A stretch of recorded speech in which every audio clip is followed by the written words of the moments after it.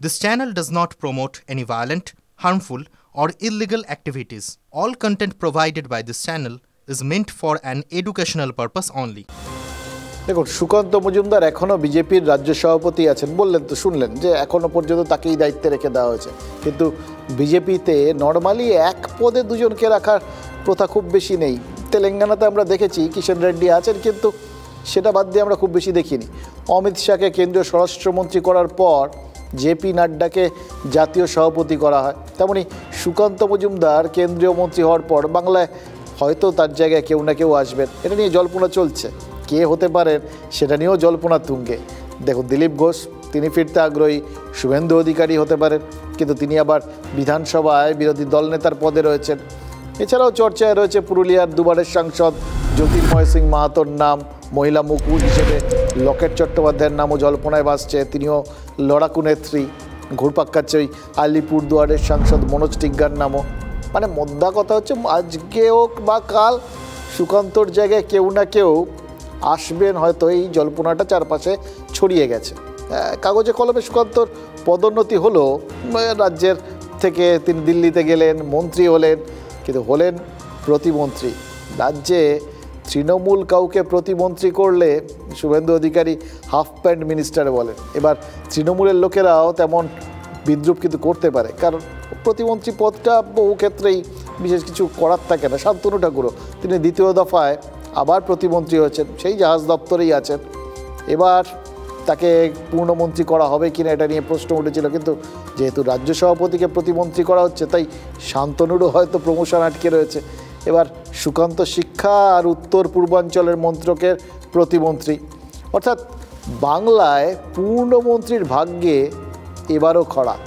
শেষ ওই প্রণব মুখোপাধ্যায় ছিলেন কেন্দ্রীয় অর্থমন্ত্রী, তারপর থেকে বাংলার কপালে আর কোনো পূর্ণমন্ত্রী জোটেনি।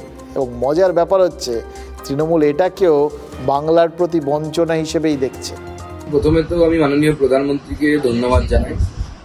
তিনি যেভাবে আমার মতো একজন সাধারণ কর্মীকে এত বড় দায়িত্ব দিয়েছেন, একটি হলো নর্থ ইস্টের মন্ত্রী, প্রতিমন্ত্রী, এবং তার সাথে শিক্ষার মতো এত গুরুত্বপূর্ণ বিভাগের দায়িত্ব।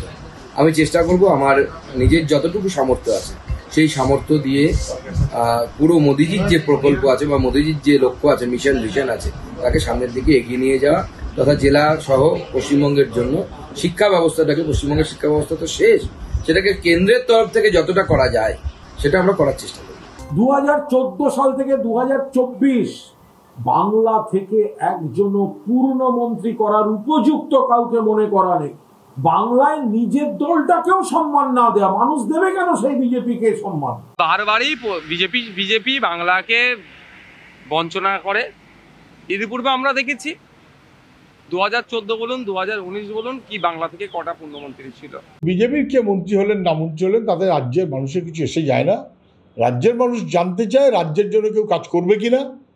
কোনো মন্ত্রী 2জন 5জন 7জন যাই হোক না কেন করার মতন যোগ্যতা দেখাননি। তো বিরোধীরা বলবে নতুন কিছু নয়, বারবারই বলে বাংলাতে সিট কমে গেছে। আমাদের স্বাভাবিক, কেন্দ্রীয় নেতৃত্ব তো পুরস্কার তো আর দেবে না, যতটুকু পাওয়ার ততটুকুই দেবে। আমাদের গতজন যারা গতবার যারা জিতেছিলেন, তাদের মধ্যে যারা মুখ্য দিকে ছিলেন, আচ্ছা প্রথম দিকের মুখ ছিলেন, তাদের মধ্যে কেউ আগে বিধায়ক থাকেননি, কোনো মন্ত্রী হননি কোনো লেভেলে। তো স্বাভাবিকভাবে তাকে একটা দেশ চালানোর দায়িত্ব হঠাৎ করে তো কাউকে দিয়ে দিতে পারে না। দেখুন, কেন্দ্রীয় মন্ত্রিসভাতেও বিশেষ বদল দেখলাম আমরা। আজ মন্ত্রিসভার প্রথম বৈঠক হলো, মন্ত্রীদের মন্ত্রক বন্টন হলো, কিন্তু মোটামুটি যা ছিল তাই। মানে বিগ ফোর বিজেপির দখলেই রইল। অমিত শাহ স্বরাষ্ট্রমন্ত্রী, রাজনাথ সিং প্রতিরক্ষামন্ত্রী, জয়শঙ্কর বিদেশমন্ত্রী, অর্থমন্ত্রী সেই নির্মলা সীতারামন, কেন্দ্রীয় সড়ক পরিবহন মন্ত্রী নীতিন গডকরি, রেলমন্ত্রী অশ্বিনী বৈষ্ণব, গ্রামোন্নয়ন মন্ত্রী শিবরাজ সিং চৌহান। তাহলে এটা থেকে তো ভাবতে পারেন, এত যে শরিকদের উপর নির্ভরশীলতা, শরিকদের ভাগে গেলটা কি? দিল্লি থেকে যা খবর পাওয়া যাচ্ছে তাতে ওজনদার মন্ত্রক পেতে কিন্তু বিরোধীরা বেশি পিড়াপিড়ি করেননি, কিন্তু চন্দ্রবাবু নাইডু ওই স্পিকার পদের দাবিটা একদম ছেড়ে দেয়নি, এখনও ধরে রেখেছেন। অনেকেই হয়তো আশ্চর্য হচ্ছে যে স্পিকার পদে কী এমন মধু আছে যে একেবারে শুরুতেই সেটা চাইতে হবে, অন্য সব চাওয়া ছেড়ে দিয়েছেন, ওইটা ধরে আছেন। হ্যাঁ, এটা আপনাদের একটু গুছিয়ে বলি আর কি, তাহলে আপনারা বুঝতে পারবেন কারণটা কি।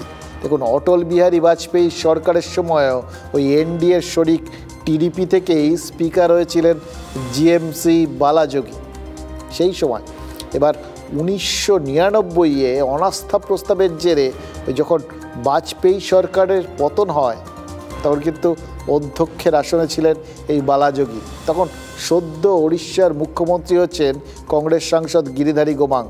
আস্থা ভোটে তার ভোট নেওয়া নিয়ে একটা বিতর্ক শুরু হয়েছিল, কিন্তু গোমাংকে বিবেকের ডাক অনুযায়ী ভোট দেওয়ার অনুমতি দেন বালাযোগী। এবং ভাগ্যের পরিহাস কী জানেন, সেই এক ভোটেই হেরে যায় বাজপেয়ীর এনডিএ সরকার। এই গল্পটা বললাম তার কারণ স্পিকারের ক্ষমতার একটা জাস্ট আভাস দেওয়া। যখন একটু গোলমেলে পরিস্থিতি হয় তখন এই ক্ষমতাটা গুরুত্বপূর্ণ হয়ে ওঠে। এবং সবথেকে বড় কথা, জোট সরকারের জমানায় কিন্তু এই ক্ষমতা সবসময়ই খুব গুরুত্বপূর্ণ। শুধু ভোটাভুটি নয়, সংসদে আসা বিল পাশের ক্ষেত্রেও স্পিকারের ক্ষমতাটা ওই নির্ধারণী শক্তি হয়ে উঠতে পারে। কোন বিলকে মানি বিল হিসেবে গণ্য করা হবে বা কোনটাকে অন্যভাবে দেখা হবে, সেটার একমাত্র নির্ধারক কিন্তু স্পিকার।